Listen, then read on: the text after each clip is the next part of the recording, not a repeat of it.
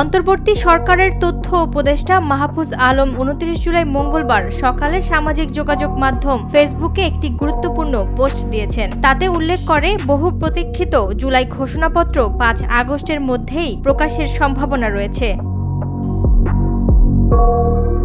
মাহফুজ আলম জানান, গত বছরের ৩১ ডিসেম্বর ঘোষণাপত্রটি প্রকাশের কথা থাকলেও রাজনৈতিক দলগুলোর মধ্যে ঐক্যমত না হওয়ায় প্রক্রিয়াটি বিলম্বিত হয়। ফেব্রুয়ারিতে বিভিন্ন দলের খসড়া তৈরি হলেও আদর্শিক ও ঐতিহাসিক নানা বিষয়ের উপর মতানৈক্য থেকেই যায়। এরপর এই কয়েক মাসে আলোচনা ধীরে ধীরে গতি পায়।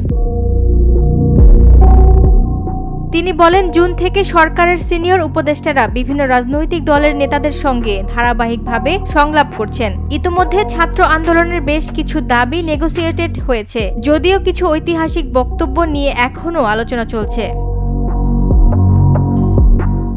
তথ্য উপদেষ্টা আশাবাদ ব্যক্ত করে বলেন, জুলাই শহীদ ও আহতদের আত্মত্যাগের প্রতি দায়বদ্ধতা থেকে আমরা চাই ছাত্র জনতার অভ্যুত্থানকে যথাযথ রাজনৈতিক ও রাষ্ট্রীয় স্বীকৃতি দেয়া হোক। দলমত নির্বিশেষে আমরা সবাই মিলেই এটি বাস্তবায়ন করব। শেষে তিনি জোর দিয়েই বলেন, জুলাই ছাত্র জনতার ন্যায্য স্বীকৃতি জুলাই ঘোষণাপত্রে যথাযথভাবে নিশ্চিত করা হবে।